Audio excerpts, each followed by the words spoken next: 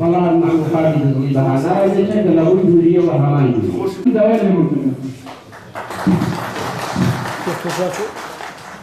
منو نەوشکی نەکەم وتی فەراد میرزا ئەگەر هاتووی ئاگر بنیتەوە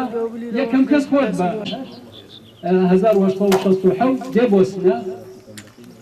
دیارە هەموو حکومڕانە خێڵەکیەکان ئەو سەردەمە ئەچن وەکو کەلتوری سیاچەمانە ئەگەر بە هاوکاری بە ڕێبەرایەتی نەحی خوڕماڵ و بنەماڵی محموخانی دزڵی نەبوایە ئێمە هیچمان پێ سانەکانی هەورامان وەک ئەوەی لە سەرچاوە مێژوویەکاندا باس کراوە حکومڕانیەکی تا ئاستێکی مەدەنی جیاواز لە هەندێ بەهای خێڵەکی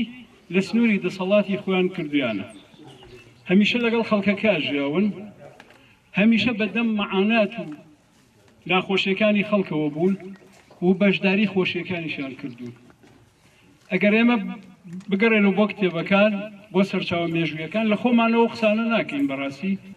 محموخانی دزڵیە کە بە تایبەتمەندی کوردبوون بیری کردوێتەوە هەر بۆیە ناونیشانی توێژینەوەکەشم کە بۆ خۆم حازری دەکەم و گەلێ بەڵگەنامەی بەهێزم دەستکەوتە و دەیان خەمە ڕوو لەسەر ئەوەیە کە ئەمە پیاهەڵدان نییە وەکو بەڕێز مامۆستا ئەیوب فەرمووی محموخانی دزڵی ئاوڕی لێ نادرێتەوە جێگەی سەرسوڕمان نییە چونکە محموخانی دزڵی بۆ خۆی ئاوردەرەوە بووە لە هەموو تایبەتمەندیەکی کورد بوون دیارە ئەمە یەکەم دیدارەکە لە بە شێوەیەکی فەرمی لەلایەن یانی سیاچەمانە و بەڕێوەبەراتی ناحیە خورماڵەوە ئەنجام دراوە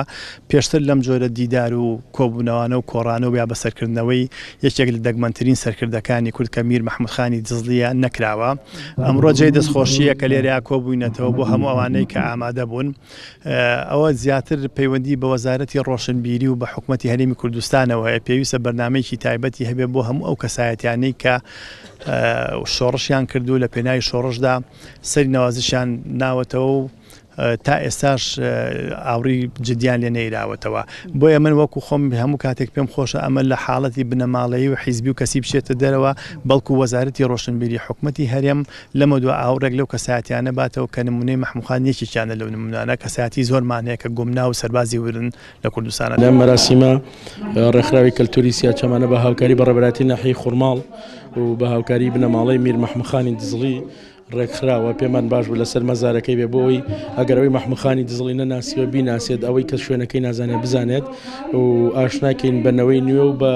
بیری ڕابردووشی بخەینەوە ئەم دیدارە خۆی لە 1990 میر محموخانی دزڵی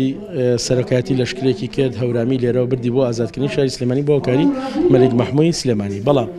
لەبەرەوەی 21/5/2019 ئەکاتە 100 ساڵی ئازادکردن ئێمە بیرمان کردەوە ڕەمەزانە لە ڕەمەزانە خەڵکمانوە بێ شوێنەکەی تۆزە دوورە چەند ڕۆژێک پێشمان خست.